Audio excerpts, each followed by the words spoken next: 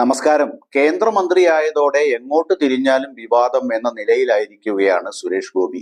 ഇടത്തോട്ടോ വലത്തോട്ടോ തിരിയാൻ വയ്യ. അപ്പോഴേക്കും മാധ്യമപ്പട ചുറ്റും നിറയും. പിന്നെ ചോദ്യമായി, ഉത്തരമായി, പ്രകോപനമായി, വാക്കേറ്റമായി, എല്ലാം കൂടി വല്ലാത്ത ഒരു അവസ്ഥയിലായിരിക്കുകയാണ് താരം.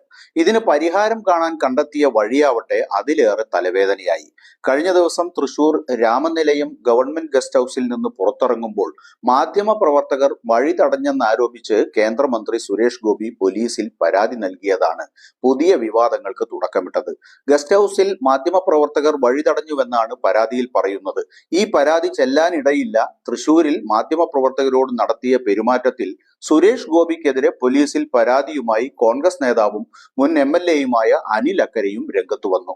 സത്യപ്രതിജ്ഞാ ലംഘനത്തിന് സുരേഷ് ഗോപിക്കെതിരെ നടപടിയെടുക്കണമെന്നാവശ്യപ്പെട്ട് തൃശൂർ സിറ്റി പോലീസ് കമ്മീഷണർക്ക് ഇമെയിലാണ് പരാതി അയച്ചത്.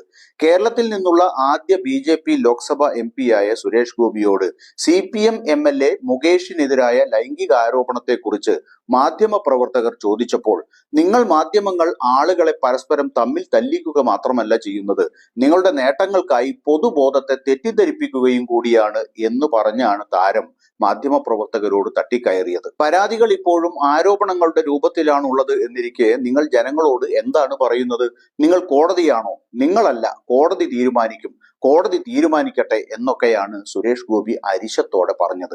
അതേ ദിവസം തന്നെ മുകേഷിന്റെ രാജിയാണ് പാർട്ടിയുടെ നിലപാടെന്ന് BJP സംസ്ഥാന അധ്യക്ഷൻ K. സുരേന്ദ്രൻ പറഞ്ഞതിനോട് പ്രതികരിക്കാൻ ആവശ്യപ്പെട്ട മാധ്യമ പ്രവർത്തകരെ തള്ളി മാറ്റാനും സുരേഷ് ഗോപി മടിച്ചില്ല.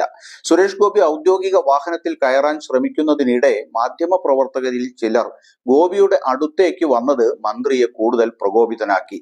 ഇതെന്താണ്? എന്റെ വഴി, എന്റെ അവകാശമാണ്, പ്ലീസ് എന്ന് പറഞ്ഞായിരുന്നു മാധ്യമ പ്രവർത്തകരെ തള്ളിയത്. തുടർന്ന് മാധ്യമ പ്രവർത്തകരുടെ ചോദ്യങ്ങൾക്കൊന്നും മറുപടി പറയാതെ സുരേഷ് ഗോപി തന്റെ കാറിൽ കയറി പോവുകയാണ് ഉണ്ടായത്. ഈ സംഭവത്തെ തുടർന്നാണ് ഇപ്പോൾ തലങ്ങും വിലങ്ങും പരാതി ഉയർന്നിരിക്കുന്നത്.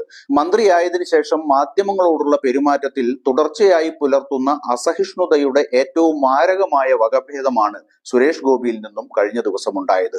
ഇത്തരം പെരുമാറ്റമൊക്കെ ഒരു ജനപ്രതിനിധിക്ക് ആശാസ്യമാണോ എന്നതാണ് ഇപ്പോൾ ഉയരുന്ന ചോദ്യം.